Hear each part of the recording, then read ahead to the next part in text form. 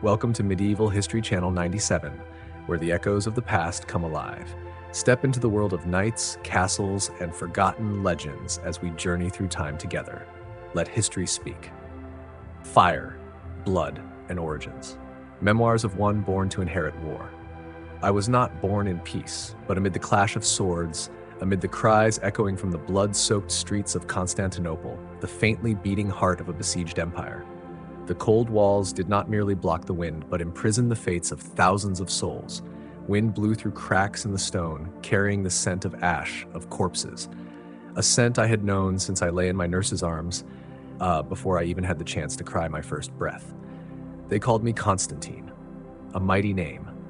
Too mighty for a fragile being born into fire and chaos. That name was not only an expectation, but a sentence, bound to the history of a man once called the Great, who united Rome, united church and state, and taught the world a faith built upon power. I do not know whether that legacy was one I desired, but I knew I had no choice. My father was Leo, a warrior of humble blood from the distant land of Syria. In the eyes of the nobility, he was nothing more than a commoner. But he was a man whom flames could not consume, a soul who seized opportunity when power faltered. With the weapon whispered of as Greek fire, a flame that burned even on water impossible to extinguish, he repelled wave after wave of Arab forces who once dreamed of planting their flag atop the dome of Hagia Sophia. Once I asked him, where did that fire come from? He looked at me and did not answer. His eyes were not those of a king, they were the eyes of a man who had survived hell. That fire, according to those who lived to tell the tale, was not of man. It howled across the sea, burned through armor, and left behind nothing but gray ash and the cries of widows. But while the people still sang of victory, he looked toward another war, silent, relentless, buried deep in the heart of the people, the war against images. To my father, paintings of Christ, the Virgin, and the saints were no longer sacred symbols, but betrayals of pure faith. He did not only battle enemies without, he sought to purify from within. And so, the sacred flame that once incinerated the enemy was turned upon frescoes, upon statues, and upon those who refused to abandon images. The white walls of the city faded, no longer graced by the gentle eyes of the saints, nor the understanding gaze of the Virgin. They were scraped clean, smashed, and burned, as if memory could be erased with a brush of paint. I grew up in a world without images, but full of commands. No one taught me to gaze upon paintings to feel the divine presence. They only taught me to kneel on command. Prayers became silent, mute. Faith was no longer an inner journey, but a display of absolute obedience. I was not allowed to believe what I saw or heard. I was only allowed to believe in the will of those above, in law, in power, in what could not be questioned. I had seen the doubters stripped bare in the public square, heads shaved, hands bound, tongues cut, as if rebellion could ignite from the tongue itself. Perhaps that was my true beginning. Not the day I was born, but the day I understood I was part of a nameless war between faith and power. I was not an ordinary child. I was the seed of a dynasty, sown in ashes, raised on decrees and human blood. Every morning when I stepped out of my room, 2 rows of soldiers bowed, not out of reverence, but out of fear of being suspected of irreverence. Each nod was a statement of survival, not loyalty. I lived among people who always smiled, but whose eyes never did. I learned to stay silent, learned to observe, learned to understand people not through their words, but through the way they held hands, the way they drank wine, even the way they fell silent within walls thick as tombs. Faith, to me, was no longer sacred. It was something to be controlled. And then one day, when I was old enough to walk past the walls faded with saintly images, I made a vow that if fate placed me on the throne, the fire would never die. Not just on the battlefield, but in the things people dare not name: faith, memory, and fear itself. I would not let painting speak for faith, nor would I let faith become an excuse to worship hollow images. I would rewrite what had been burned, not with color, not with brush, but with blood, the blood of those who could not live without seeing the face of God. I am Constantine, not a replica of the past, but its consequence. I am not the keeper of the flame, but the flame itself, bearing the origin of a faith that died and was reborn in darkness, in war, and in the voiceless call of a dying empire. I do not beg to be remembered. I ask only one thing, that when history speaks my name, They do not ask, why was he so cruel? But rather, what gave birth to such a man? The crown and the betrayal. When my father died, no one cried. They bowed, they knelt, they made the holy sign, but their eyes were dry and their hands clenched the hilts of swords beneath their cloaks. They didn't need to speak. I had learned enough to understand what that silence meant. My father's death marked the end of an era, but also the beginning of a far greater trial, the throne. I wore the crown, but it didn't fit. It didn't embrace my head. It imprisoned it. Cold, heavy, hollow. There was no light in that golden metal, only the scratches of generations past, the whispers of lost souls, and the curse of power. At that coronation, incense was burned for me, but I smelled something else, the scent of betrayal. It crept in like smoke, slipped through every fold of fabric, every handshake, and I knew from that moment on that I was not just wearing a crown, I was wearing a target on my head. The first to betray me was the man I once called brother. Artabastos, a seasoned general, husband to my sister, a man who once stood beside my father in battle, who once swore loyalty under the cross and the imperial banner. But loyalty is the most fragile thing in politics. When he saw the throne waver, he raised the banner of rebellion, declared himself emperor, and worst of all, promised to restore the sacred icons my father had destroyed. It was not just a personal betrayal. It was a slap to my father's soul, to the faith I had grown up with, had been nurtured on with blood and fire. The rebel did not just strike the stronghold, he struck at memory. And to protect that memory, I answered with blood. I did not merely reclaim the throne. I reclaimed it with a cruelty so stark that even those once loyal to me dared not meet my gaze. I did not wish to forgive. Forgiveness is a luxury afforded only to the victor whose rule is no longer threatened. And I am an emperor among snakes, and to survive I had to cut out their tongues before they could whisper. I did not kill to intimidate, I killed to erase. Their eyes were blinded, their names wiped from the chronicles, their images vanished as if they had never existed. I learned that nothing is more terrifying than being forgotten. Death ends the body, but to be forgotten is the death of the soul. And I did not stop there. The walls that once bore the image of God now bore mine. I did not replace the divine, I redefined it. If God holds the right to judge, then I, the one on the throne, hold the right to declare who he is. I heard the whispers call me arrogant, blasphemous, but I did not care. In my heart, faith is not a thing to revere, it is a tool to rule. When images can make men weep, kneel, and believe, why would I surrender such power to a god, an invisible, unanswering entity? No, I kept it. I wielded it. With my image, with my laws, with the whitewashed walls now painted in my own triumphs. Some said I betrayed faith, but I ask in return, which faith? The faith that made thousands kneel before a painted picture, or the faith in a silent deity when the empire was under siege? True faith, as I see it, must have a form, must have power, must burn in the eyes of the one who leads. And I, Constantine, I am that fire. There are nights I sit alone in the palace before walls that no longer hold icons. Only the wind and the sound of my breath remain. Sometimes I ask myself, how many have I killed? How many dreams? How many hopes? But I answer myself, just enough to keep the throne from crumbling, just enough to keep the fire burning. Some say power corrupts. I disagree. Man always has a nature. Power is merely a mirror, reflecting what was always there. And in me, since I was a child among the ashes of Constantinople, there has always been a flame, the flame of one born in war, raised in erasure, and living in doubt. The crown does not fit me, perhaps, but in the end, I do not need it to fit. I only need it to obey. And if anyone asks whether I have regrets, I will say no, because I have lived as this world truly functions, by iron, by fire, by the things no one dares admit. The empire without images, I swore that if fate placed me on the throne, then my father's flame would never die. And I kept my word. My reign did not begin with a solemn coronation, but with blood, with dispossession, with a declaration not meant for the faint-hearted in faith. From this day forth, no image shall be worshipped. All are heresy. I did not build a kingdom. I built a community where only those absolutely loyal to me were allowed into the circle of power. They did not bow before icons. They bowed before me. No painting hung in the palace. No face was drawn except the face of victory. I created an empire without images. I burned the monasteries, those places where trembling hands once raised prayers before holy icons. I ordered the hands of artists severed, those who dared to paint God with the eyes of men. I banned the naming of children after saints, as if even language could betray my will. I did not want to see any image except that of power, of force, of me. They asked me during a banquet night, "Are you not afraid of God's judgment?" I raised my cup, my gaze unwavering. I am God. I did not say that to challenge heaven.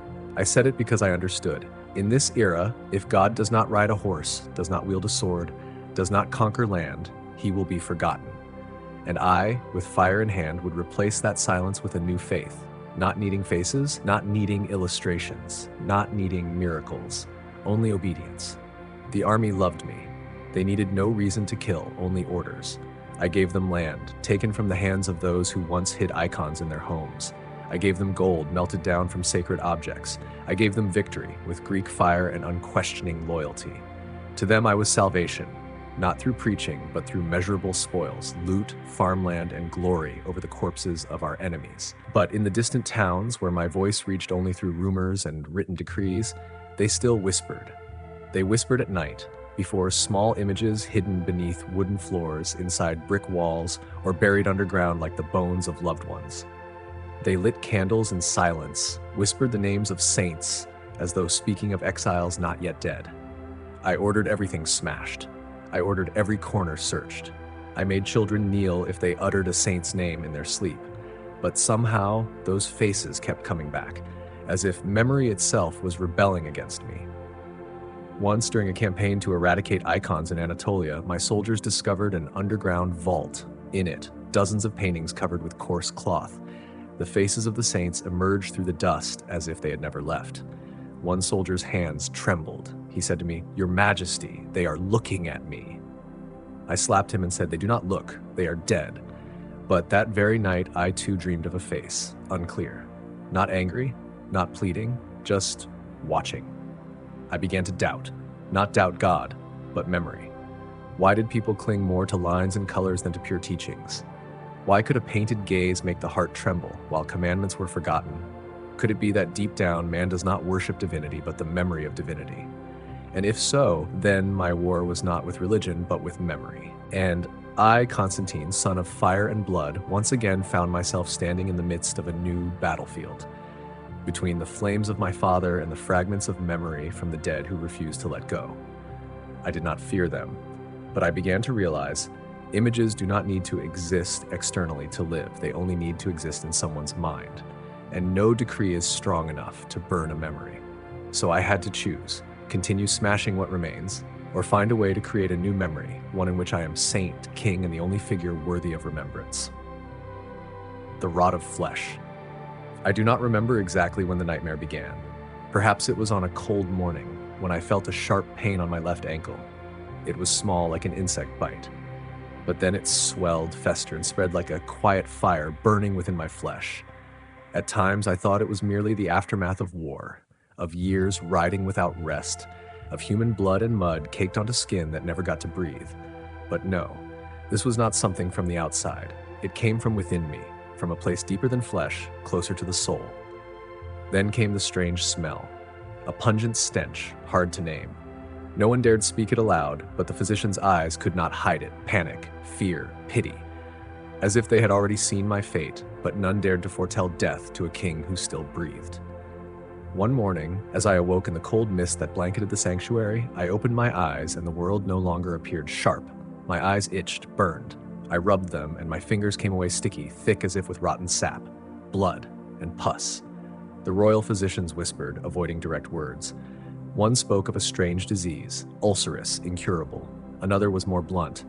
Maggots. Maggots are eating your Majesty's eyes. I listened, not with anger, nor denial. For I had already begun to feel it, something crawling in my eye sockets, writhing like a life born from death. People whispered, calling me the emperor who no longer sees light. They spoke with fear, with pity, or with secret delight. The monks I once exiled must have felt vindicated. The nobles who dreamed of my throne were surely paving their way in the shadows. But it was in that darkness, when my physical vision decayed, that another set of eyes opened. Eyes buried deeper, within. In the feverish haze, I saw the faces that once knelt before me, now standing silently. No hatred, no pleading, just watching me. I recognized them. They were the monks I had ordered beheaded, the icon painters whose palms I had flayed, the faithful burned alive for refusing to abandon their images. They stood there, within the Hagia Sophia, now stripped of all murals, beneath the pale dome I once thought purified, now barren and cold. They did not speak. They didn't need to. That gaze alone was enough to make me, an emperor once blind in power, feel the invasion of something more terrifying than worms: guilt. I had thought I ruled with fire, with law, with loyalty, but in truth I had built my throne on white bones and smothered prayers. And now that throne was rotting beneath me.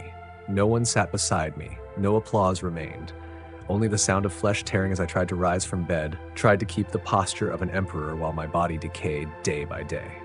I screamed not out of pain, but because I realized God was still there. And perhaps he had not abandoned me as I once believed. He had been watching in silence, not because he was powerless, but because he was waiting for me to pay, not with a sword, not with rebellion, but with the slow decay of my own body. A punishment so just it was absolute. No one killed me. My own flesh devoured itself. Greek fire, the very thing that once incinerated my enemies, could not save me from this rot. Swords, the weapons that once pacified an empire, now powerless against a single worm in my eye. Perhaps this is the only just punishment someone like me ever deserved. Days passed in a long silence. No more royal physicians. No more loyal confidants.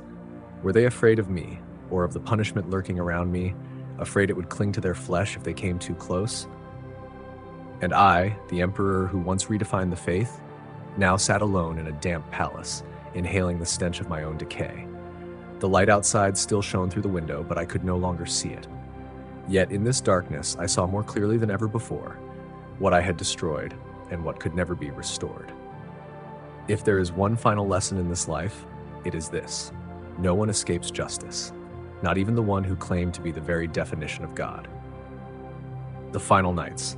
When death becomes part of your breath, you begin doing mad things to delay the truth. I ordered the symbols burned once more, even though I knew there was hardly anything left to burn. The walls had been whitewashed years ago. Golden crosses melted down, icons defaced, scriptures buried deep underground. Yet within me lingered a fear, smoldering and relentless, that if even a single fragment remained, a covered image, a ring engraved with the face of Christ, the faith I had tried to kill would rise from the grave. I forbade children from bearing saintly names.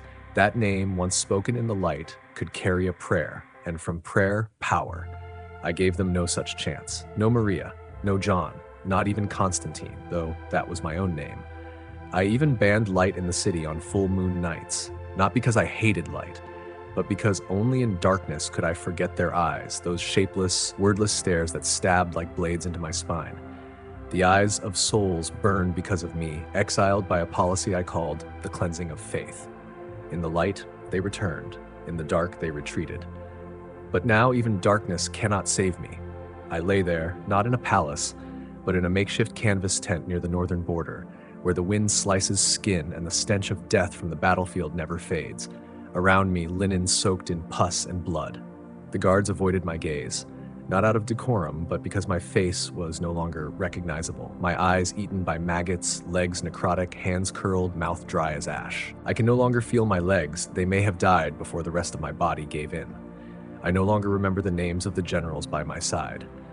Those who once shouted, "Long live the emperor," now merely mumble their reports before withdrawing. I am no longer sure whether they remain loyal or are simply waiting for death to clear the path for their own designs. In my delirium, I call out for my father, Leo. He was once a warrior of lowly blood, yet he used Greek fire to forge an empire stronger than diamond. He once taught me, victory comes not from faith, but from ruthlessness. Faith is weakness, discipline is power. I believed those words. I lived by them. But now, as my body decays piece by piece, as maggots crawl through the eyes that once symbolized sovereignty, I finally see faith, the very thing I tried to strangle, still lives. It survives in whispers, in tears, in the eyes of soldiers quietly making the sign of the cross when they think I cannot see. I can no longer stop it.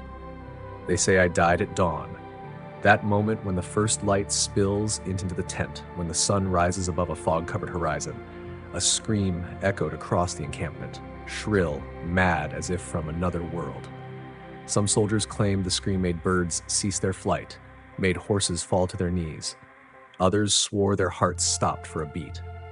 Some said I did not die in silence, that I was dragged into hell by shapeless hands, the same hands I had once severed for holding incense, for painting saints. The hands that once begged, once prayed, once baptized infants under the name of a saint had now returned, needing no flesh, only justice. I cannot attest to what is true in these stories, for when my last breath left me, earthly things lost their meaning. But if there is one thing I did feel in the end, it was this. I had lost, not to enemies, not to rebels, but to the very thing I once tried to destroy, faith. I used the sword to strike, but faith has no shape. I used fire to burn, but faith does not ignite. I used law to forbid, but faith lives where law cannot reach. And in that final moment when all that I was unraveled, flesh, power, titles, only one thing remained, truth. I, Constantine, emperor of fire and blood, of prohibition and punishment, could not defeat that which the eye cannot see, the hand cannot touch, but which endures more stubbornly than any throne, the faith of humankind. A crown without saints. My funeral proceeded like any other imperial ceremony, according to ritual, with full procedure, every movement accounted for on paper. But I knew it was all for show, a performance in which no one wanted to be near the stage. They burned incense, a great deal of it, enough to cover the stench of rot still clinging to the burial cloths. My curled fingers were straightened, but no one held them for more than a few seconds. They covered their faces with black cloth, not for mourning, but for the smell. I was once called the light of Eastern Rome, yet now my body had to be wrapped in 6 layers of cloth, as if decay itself might infect the souls of the living. The hymns are still sung, but my name is not among them. No prayer is offered for my soul. The monks, though required to attend, only recite generic passages. No one dares speak my name in that sacred space, as if uttering Constantine would open the gates of hell and swallow everyone at the funeral. My tomb lies deep underground in a nameless cemetery. No image, no statue, no cross driven into the earth, just a cold, unmarked stone, like a silent full stop for a man who once ordered all sacred images to be erased. And my crown? No one dares wear it. It was not placed upon the successor's head. It was not displayed in a museum. Instead, it was wrapped in black cloth, locked away in a vault, like a defiled relic. Those who once hailed me as the redefiner of faith now whisper of a curse, that anyone who wears that crown will rot from within. I once believed in power. Now, the world sees only decay and emptiness in it. Coins bearing my face were melted down in masses. No one wanted to see the face that had ordered monks blinded, that replaced saints with his own image. People passed on a saying, if you keep one of those coins, disaster will strike within 3 days. They threw them into rivers, buried them underground, or burned them as if to banish evil. On the walls of distant villages, where my soldiers once forced children to erase holy icons, once severed painters' hands, new murals have appeared, my face engulfed in hellfire. Surrounding me are the saints, John, Mary, Basil, and countless others whose names I once forbade. Each holds a flaming spear pointed at me. The people do not see these as satire, but as truth. A divine truth that no earthly power can distort. In secret sermons, priests now dare to mention me, not with fear, but as a lesson. He rejected the light, so he was buried in darkness. He burned images, so he is now burned into memory. Some places have placed an empty throne in their churches, with an inscription behind, a place no saint may inhabit. They call it Constantine's throne, not to honor, but to remind that power without soul is a rotting corpse. The new generation is taught about me not through history books, but through warnings. No one remembers my reforms. No one recounts military victories. All that remains is the haunting of fire, of worms, of a death left unnamed. And that is the ultimate punishment, selective oblivion. Death may be an end, but a nameless, faceless, prayerless death is a lingering form of hell. No one remembers that I was once an emperor. They only remember that I tried to replace the saints with myself. A crown that once gleamed bright upon my head now symbolizes what no one dares to speak of. A name that once stood for absolute power now echoes with a curse. An empire that once trembled under my command now lies silent before an unmarked grave. And when the memory of me finally fades into nothing, when the children no longer speak of the blind emperor whose eyes were eaten by maggots, then the punishment will truly be complete. Not hatred, but non-existence. The heir and the belated answer. My son, Leo IV, ascended the throne when I was already beneath the cold earth. Without form, without prayer, without a light to guide him. He bore my blood, but not my fear, not my obsessions, not the hatred I had raised as part of my flesh. He was not like me. He did not wear the crown with eyes hungry to possess, but with a quietness that unsettled those who watched. He did not shatter murals, did not order icon carvers buried alive, did not burn sacred texts or seal holy sites. But he did not rush to rebuild what I had destroyed either.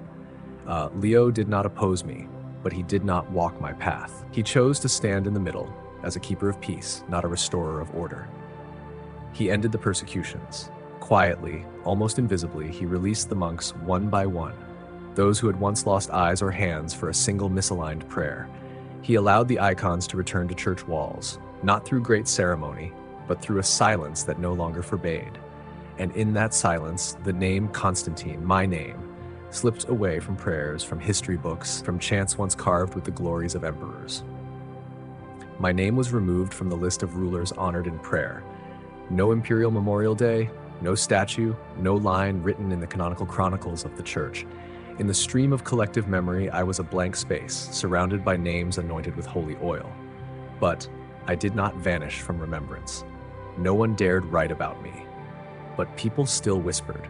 No one dared raise my statue, but secret paintings appeared in caves, showing me devoured by shadow or burned by flames of my own making.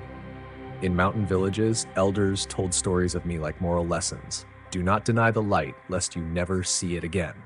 In seminary schools, my name was spoken as taboo, but also as a warning about the arrogance of those who would take the place of the divine.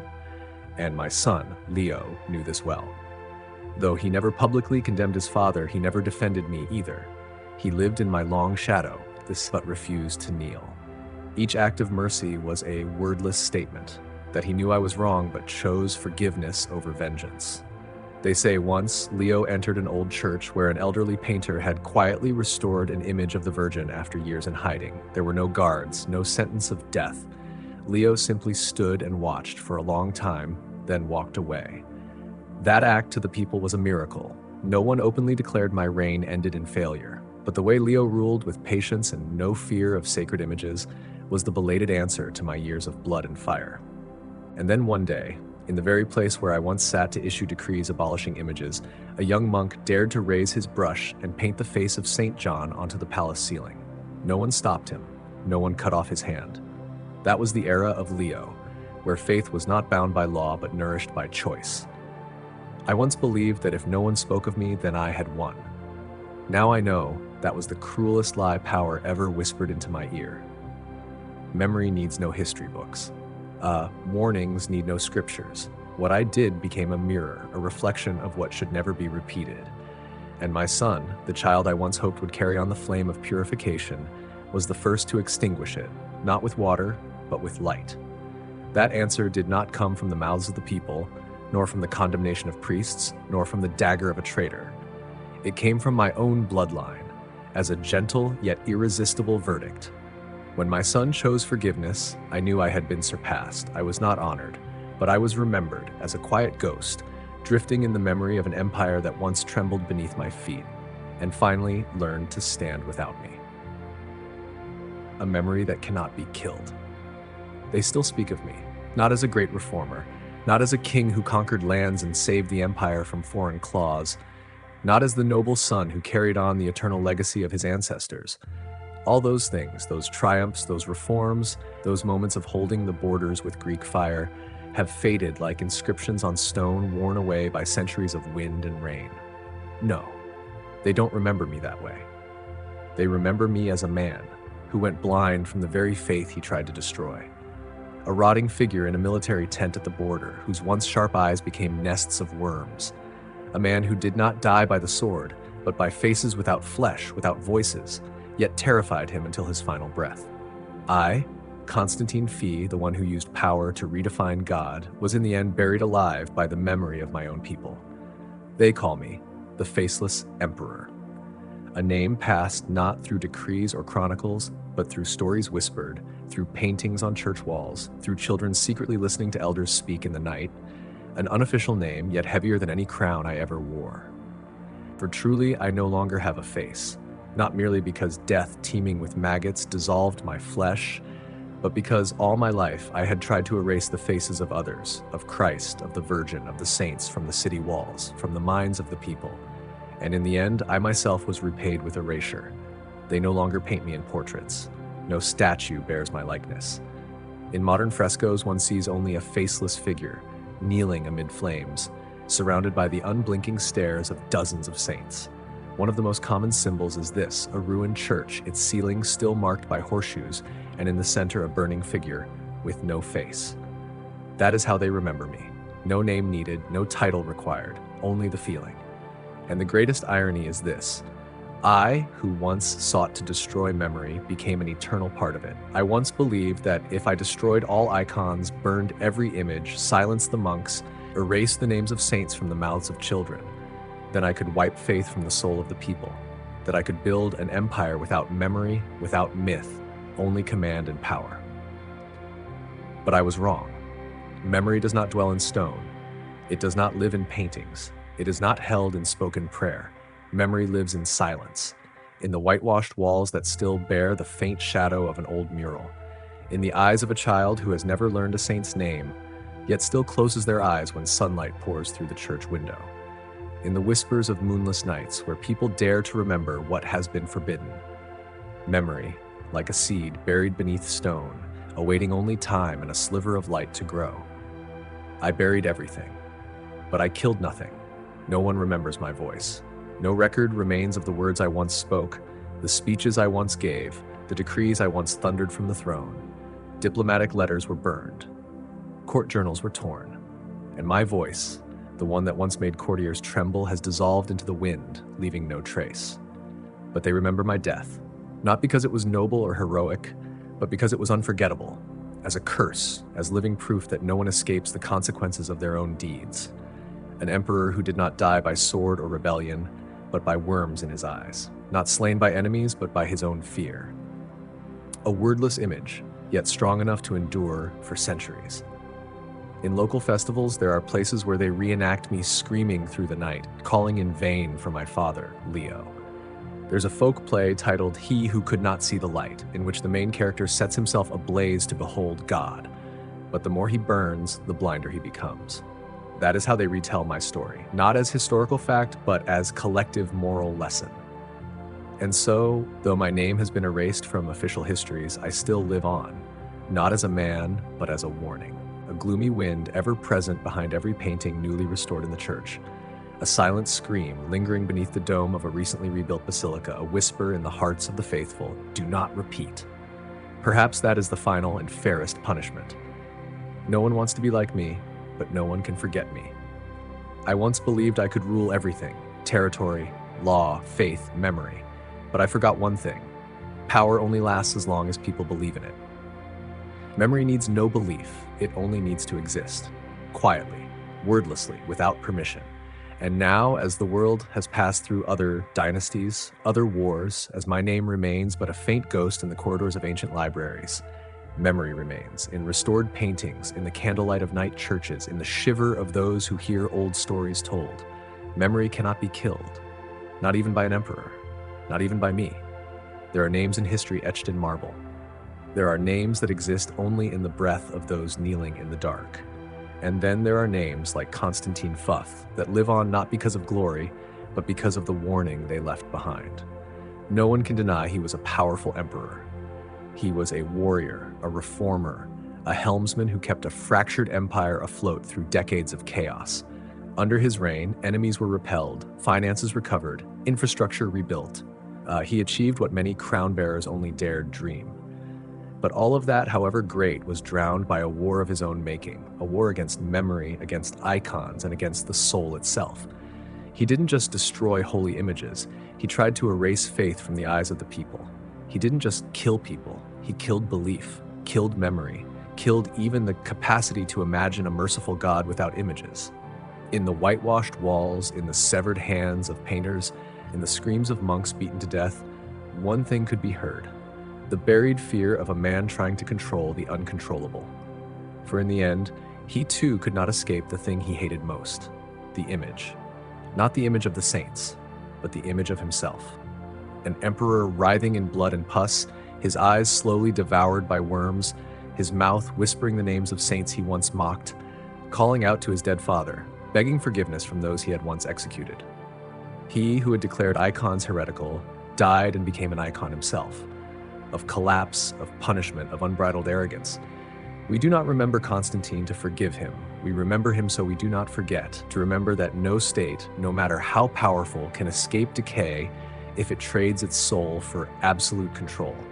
That an empire may build high walls and grand roads, but if it bans prayer, destroys sacred symbols, and forces its people to live without love, it is casting itself into darkness. And also to remember that even those who stand at the peak of power can still be haunted by the very things they believed they had destroyed. No golden bed is soft enough to hide a rotting conscience. No curtain thick enough to keep bleeding memories from seeping into dreams. No army loyal enough to prevent a man from facing the truth about himself. Constantine Fief did not die by assassination, war, or rebellion. He died from the simplest thing that every one of us must face: the truth within one's own soul. When he closed his eyes, or when those eyes were no longer whole to close, the empire did not weep.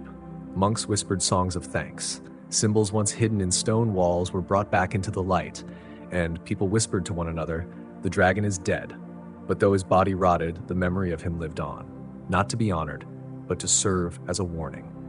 And now, standing before the silent ruin where he rests, no images, no candles, no hymns, I feel neither contempt nor reverence. I remain silent, and I remember. I remember that an image is never just wood or ink. It is memory, it is soul, it is where people place their hope when all else has fallen, and one who tries to destroy shared memory, whether in the name of reform or righteousness, will ultimately be drowned by that very memory. Constantine, you are no longer an emperor. You are no longer a tyrant. You are a warning, and that warning shall never be forgotten.